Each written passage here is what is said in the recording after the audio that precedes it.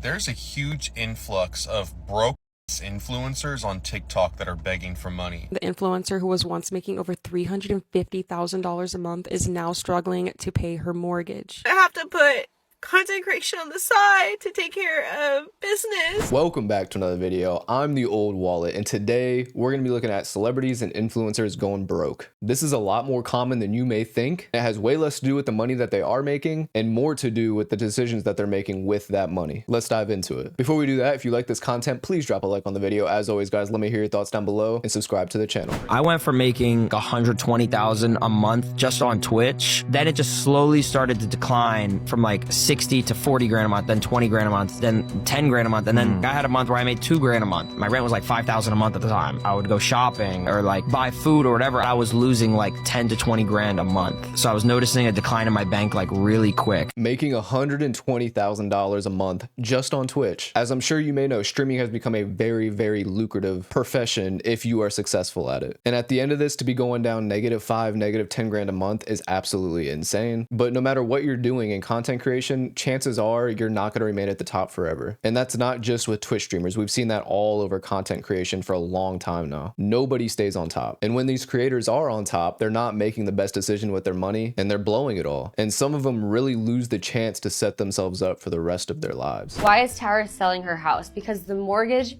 was so high. And the next question is actually, how much is your mortgage? It was $25,000 a month, and I used to be making enough money to cover that. I am no longer, and I'm very transparent about that. And I loved my house, and I was trying really hard to make it work, but it was at the point where I was like, I don't want to like feel like I have to like work so hard just to make my mortgage payments. I would rather just sell the house and move on. So it's still on the market right now, but I bought a much cheaper, a much smaller house, and I've let the other one go. All right, $25,000 mortgage payment. You don't need to be a money expert or have a financial advisor to tell you that's insane, but that's a common trend for these influencers that make it big on social media. They start making a little bit of money or they get their first big check, and the first thing they do is move out to LA or New York or whatever city they choose and just buy one of the biggest houses or mansions on the market, or in some cases buy all the nice cars and just spend a bunch of money on stuff they don't need. It doesn't matter how much money you're making, that stuff will catch up to you at the end of the day if you're being completely financially irresponsible. If I made more than 25K a month, my monthly mortgage would be max of 4K. A one-time payment of 25K would literally change my life. 25K a month when most people don't even clear 25 to 30K a year. I feel like even if I had money, I would never pay that. Imagine how the rest of the world feels working so hard to barely make a 2K mortgage. So many of you guys have been asking me to talk about the Terra Lynn situation. The influencer who was once making over $350,000 a month is now struggling to pay her mortgage. I'm not about to sit here and rip her a new one because she is a human with feelings and she's in a position that she's not comfortable in and she's not happy to be in. But let's just say some questionable choices were made. What I saw is that she's a TikToker and a YouTuber, but she made most of her money on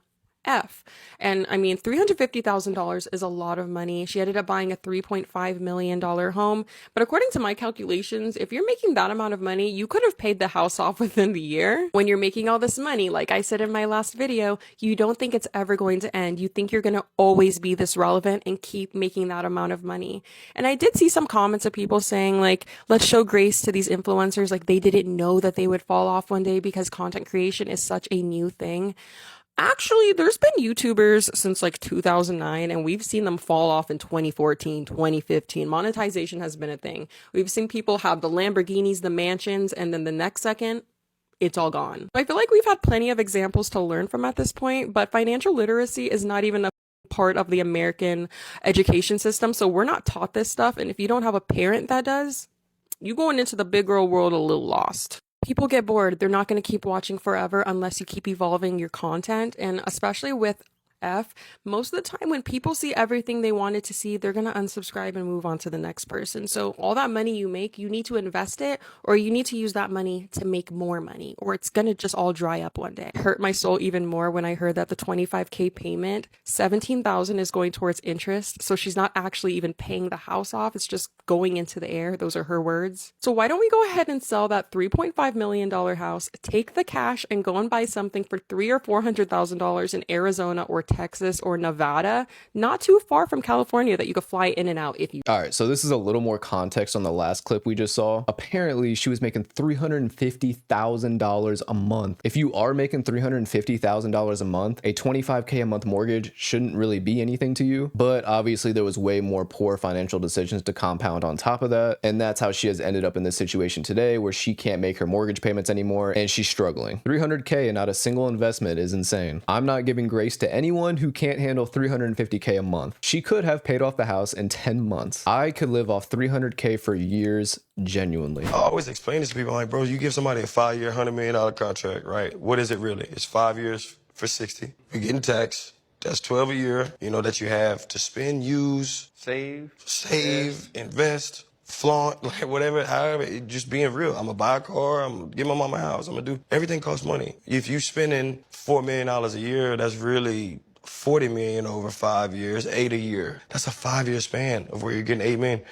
Can you make that last forever? And you always hear the people who ain't us and ain't been in the position like, oh, well, that would last a lifetime. We weren't taught about no financial literacy and all the way. We weren't talk about it all the time. We weren't taught this skill. Bro, you can learn it on the internet. It's videos like this where you can completely learn on how not to handle your money. And for context, for those of you who don't watch sports, this guy's name is Odell Beckham Jr. He was a football player, a fantastic football player, and he made a lot of money in his career, tens and tens of millions of dollars. But he has recently gone viral for making these comments on making $100 million isn't as much as we think it is. He mentions how much you actually get after taxes and all that, and it's only like $12 million. And then he mentions how he's got to buy a car and a house for his mom and do all these things. And by the end of it, he's spending about $4 million a year. A $4 million a year budget is ridiculous. You don't need $4 million a year to live. If we were to just take 1 year post-tax out of the contract that he's talking about, which he said $12 million a year, if we just take 1 year out of that contract, if he were to put $12 million into the market and any type of index fund or anything, VTI, VOO, anything, the S&P, if he gets just 8% back, he's going to net almost $1 million a year on average, passively. If you can't turn that kind of money into generational wealth, it's a skill issue. Get an accountant, lil bro. Crying over 60 mil, what a bum. Could be one of the most out of touch interviews I genuinely ever seen. There's people making 30K a year and he's making millions. Bro said flaunt, that's the problem. And you always hear the people who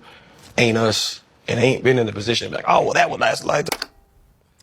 Whew, $100 million to a lot of people is a lot of money. We always hear people, to finish what he was saying, we always hear people who never had that opportunity say what they would not do because their spend is not the same. That is true. If you keep the spend the same, but the income is different, you'll be good. See, what changes is when you get the income and your spending habits change. You feel what I'm saying? Man, I get a Ferrari, man, I can make that back next week. But the thing about the Ferrari is, hey, you got the insurance, the maintenance, hey, the tag on it. Yeah. Each year over year is like, yo, it's gonna cost you close to about 6 to 20 bands. You relocate and say, hey, I had this car in Miami. I want to bring it back to Atlanta. You got to get it registered in a different state. That's gonna cost you, bro. The thing that I respect about this is the vulnerableness. And by no means did OBJ say he's broke. All right, a little more context in case it's needed. This gentleman's name is Cam Newton, another phenomenal football player. He's reacting to the clip that we just watched with OBJ, and he makes a couple really good points. It's not about how much money you make, it's what you do with it. And it's really interesting to see the difference in two athletes who are both extremely successful, playing the same sport, have slightly different mindsets, but it makes a massive difference. Millionaires complaining about money is crazy. All I hear is excuses, almost 200 likes. I don't want to hear anybody crying about money that wore a Richard Mille during gameplay. Nope. Do you know your total career earnings in the NFL? I think I made $100 million if you count off the field everything. $100 million. Yeah, for sure. For sure. How much did you spend of that $100 million? Well, I just filed Chapter 11 bankrupt. So did we go? I spent all of it. I blew all my money. Spent it all. Yeah, I blew everything. Honestly, there's nothing wrong with that because guess what? If you're having fun, wait, over what period of time? If you had a great time, then no, listen. Power to you. $100 million, and somehow you spend all of it and become broke. If you had fun, then it's okay. Now you're poor, it's okay. These guys are a joke. You can have tons of fun without spending $100 million. Blowing 100 million is crazy work. Okay, so I don't know about y'all, but I've noticed that there's a huge influx of broke influencers on TikTok that are begging for money, and some of them even being involved in scams. Yesterday, I saw this TikToker who had almost 1 million subscribers or followers, and she was involved in a GoFundMe scam, and the GoFundMe got shut down. And it's just like, the problem with so many of these TikTokers is that, or any influencer, is that they're living above their means. And something that my grandma taught me as a kid that I'll never forget is she said, if you cannot buy something with cash in hand right now, then you cannot afford it. Or if the money isn't in your checking account right now, the full amount, you can't afford it. And it's like, I've seen so many scandals over the years of influencers, from YouTube or any, community that have gone broke because they start to live above their means. And you should never live above your means in life if you don't want to set yourself up for failure. Like, let's say an influencer makes $40,000 in, their first big payout month, right? And it starts to become consistent. Okay, great. But then they decide they want to go rent or lease an LA mansion for $15,000 a month, right? And just because they were making $40,000 a month consistently for a while, it doesn't mean that money is going to stay. Because life works in ebb and flows. Life works in patterns. It has ups and downs, ups and downs, and ups and downs. It kind of seems like it's always the same pattern for these influencers. They hit some big trend. They have this influx of new followers, this influx of views, this influx of money. And then they take their first opportunity to move to LA, New York, Miami, whatever the city may be. And they buy the nicest house they can find. They buy the nicest car. And they spend all their money as soon as they start making that first big amount of cash. And then we all know what happens from there. Times change. The trends change, and that income that you were making is going to change. I was always raised with saying, if you can't buy it twice, then you can't afford it. As someone who made $20K a month for a year and lived way above my means, I regret it every day. I have stuff to show for it, but that's it. Just stuff. It's not worth it. Invest. What is worse is people give these influencers money. This is not just a TikToker/influencer thing. There are people every day scamming people through GoFundMe and live above their means. This girl got on here and was talking about how influencers are going to be broke soon. And it's comparable to professional athletes because most of them, like 70 to 80%, end up going broke. And the main reason is because they buy a bunch of stuff like houses, cars, whatever, for themselves, for their families. And then when it's time to pay and they're out of the league, like there's literally no money left. So they end up going broke, bankrupt, or in debt. For example, Mike Tyson made $400 million throughout his entire career and ended up declaring bankruptcy. And he said that it was due to reckless spending. Now, I think this will most likely happen to influencers as well because of reckless spending. The thing is that like, it's not always about how much money you're making. It's about what you're doing with that money. Because you could be making $200,000 a year, but if you spend $130,000 of it versus someone who's making $70,000 and spends $20,000 of it, the person making $70,000 is better off.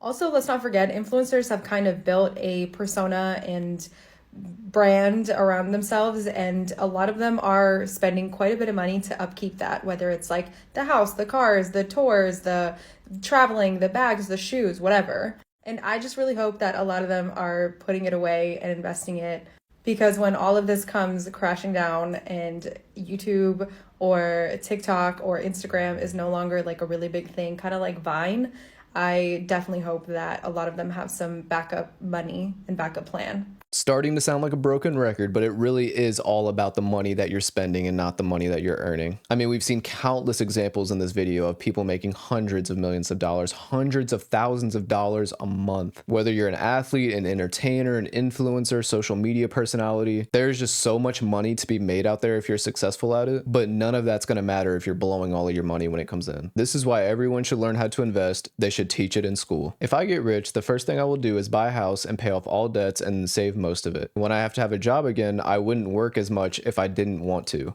Sometimes I feel like I'm never going to achieve my goal or my dream of becoming a full-time social media influencer or content creator because of my financial situation, and it gets really discouraging because it's almost as if you can't or you shouldn't work so you can actually dedicate like a full 40-hour work week to just pursuing content creation, creating content, posting it, all of that. And it's almost as if you have to like be married to somebody who is rich, or you don't have to work in that relationship, or you have parents that can provide for you, and it's really hard if you're providing for yourself.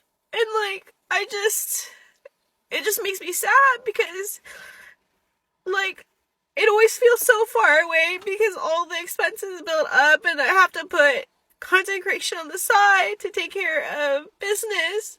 And it just makes me so sad. In the world we live in today, being a influencer seems like it's kind of become the ideal profession for the younger generation. And maybe being an influencer isn't all it's cracked up to be. There's a lot of money to be made being an influencer, but sometimes the grass isn't always greener on the other side. I'm an influencer marketing manager who started out by interning for influencers, and I tell you, there are a lot of creators who don't have a lot of cash. All right, that's all I got for you guys for today. If you like this content, please drop a like on the video. As always, guys, let me hear your thoughts down below and subscribe to the channel.